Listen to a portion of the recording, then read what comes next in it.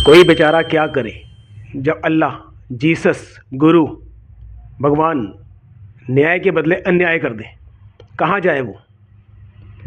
ऐसा ही कुछ वाकया सोशल मीडिया पर घूम रहा है।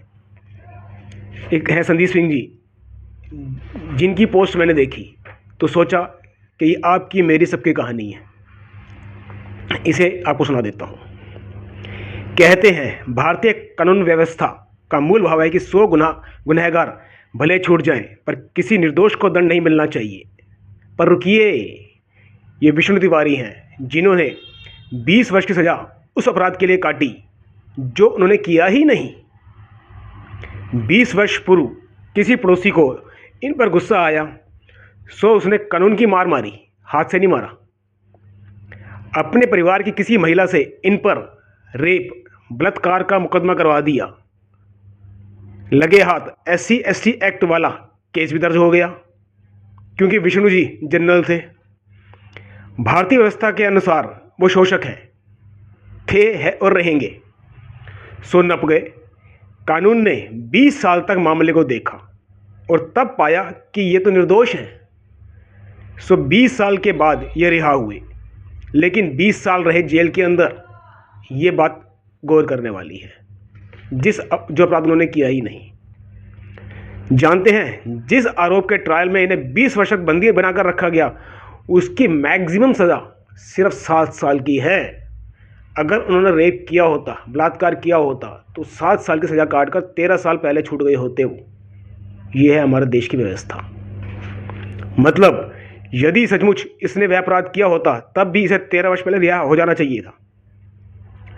जब इन्हें इस निर्लज्ज व्यवस्था ने बंदी बनाया तो ये सिर्फ 25 साल के थे।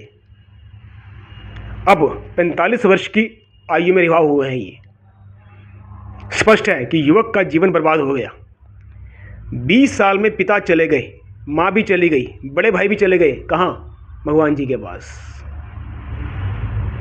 यह व्यक्ति अपनों का मरा मुंह भी नहीं देख सका, कोई सेवा नहीं कर सका, ना उनका दुलार पा सका, ना उनका प्यार पा सका, ना प्यार दे सका। तनिक सोचिए तो, कौन है जिनका अपराधी?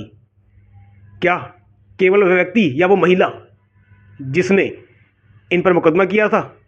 नहीं जनाब, अकेले वो नहीं है। अपराधी है वह निर्दल कानून और न्याय व्यवस्था जिसने इनके नाम में लगा तिवारी शब्द देखते ही मान लिया कि यह आदिकाल से शोषक हैं और शोषक ही रहेंगे। अपराधी है वह न्यायाधीश जिसकी अदालत से एक निर्दोष को मुक्त होने में 20 वर्ष लग गए। 20 वर्ष कितनी आसानी से उन्होंने कह दिया कि जाओ रिहा कर दो, पर 20 वर्ष कोई देगा इसके? क्योंकि उसके पास पैरवी के पैसे नहीं थे। अपराधी है वे सारी सरकारें जो 70 वर्षों से भी अधिक इस कथित लोकतांत्रिक देश को एक ऐसा न्यायालय नहीं दे सकी जो किसी गरीब दरिद्र को न्याय दे सके। पर क्या कोई शर्मिंदा है? कोई भी नहीं है। सरकार, कानून, प्रशासन, कोई भी?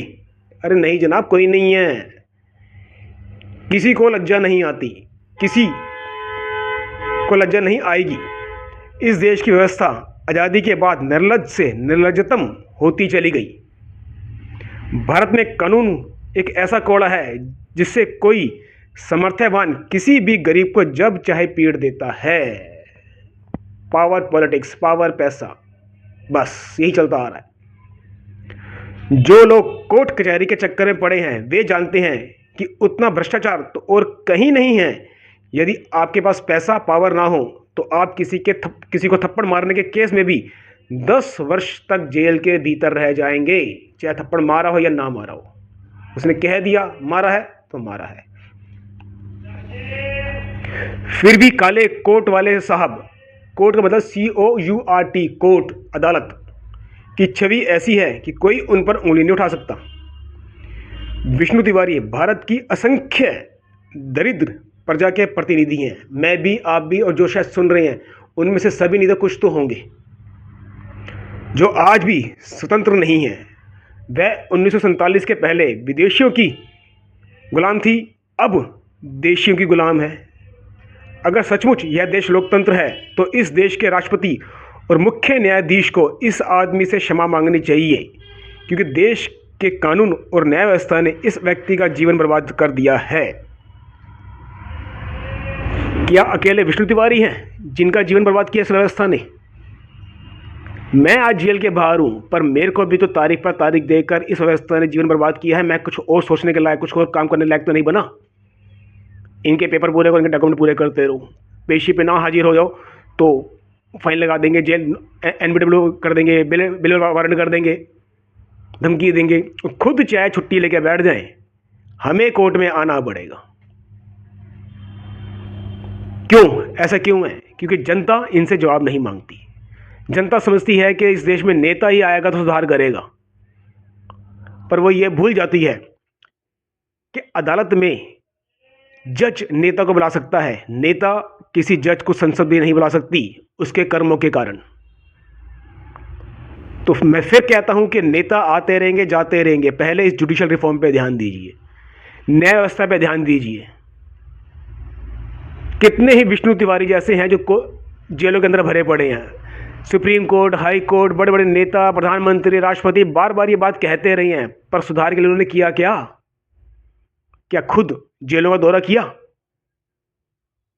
जब जानते हैं कि अदालतों के अंदर मामले भरे पड़े हैं, तो खुद क्यों नहीं हर हफ्ते या जब तक कि जेल में से जो निर्दोष बैठे हैं, जो उनको लगता है कि निर्दोष हैं, जो अपना सजा से ज़्यादा वक्त जेलों में काट चुके हैं, क्यों नहीं कोर्ट में जाके जेल में बैठ के अदर लगा के उनको ही रिहा करते हैं? वहां से करना नहीं चाहते। ये लोग कहते हैं कि सरकार हमें रोटी कपड़े मकान के चक्कर में उलझा कर रखती है। नहीं, ये अदालतों ने हमें उलझा रखा है, क्योंकि हम सिर्फ इसी तरफ सोचते रहे। बस गलती से भी किसी की शिकायत करें या खुद पीड़ित हो जाए तो कोर्ट न चले जाए इनके पास। अगर कोर्ट गए तो चक्कर घीनी में घुमा देंगे। ये कब तक घूम सकते हैं आप? कोई नहीं घूम सकता।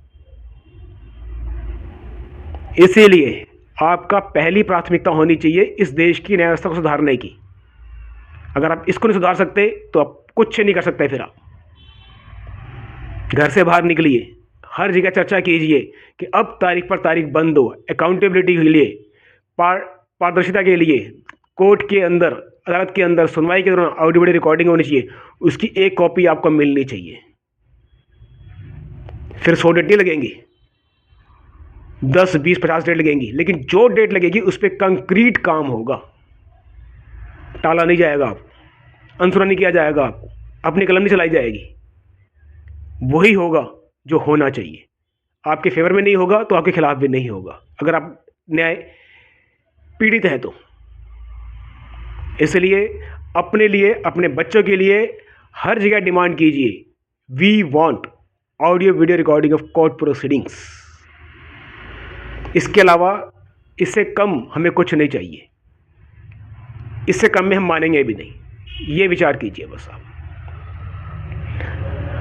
इस तरह की ये जुडिशियल मिस्टेक की स्टोरी नंबर 1 मैंने आज बोली है। मैंने जब भी ऐसा कोई मौका आता रहेगा तो स्टोरी नंबर 2, 3 करके बोलता रहूँगा मैं, अगर आप सुनने में इंटरेस्टेड होंगे तो। अगर आपको लगता है कि हमारा ये चैनल आपकी आवाज़ बोल रहा है, ये शब्द तो काफ़ी हद तक मेरे थे। आपने देखा होगा कि मैं अपने वीडियोस के अंदर भी ये शब्द बोलता रहता हूँ।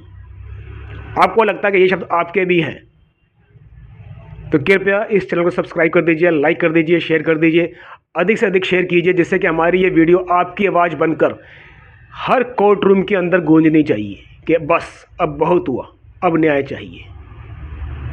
इतना डेयरिंग तो कीजिए कम से कम आप। Show your guts. धन्यवाद आपका।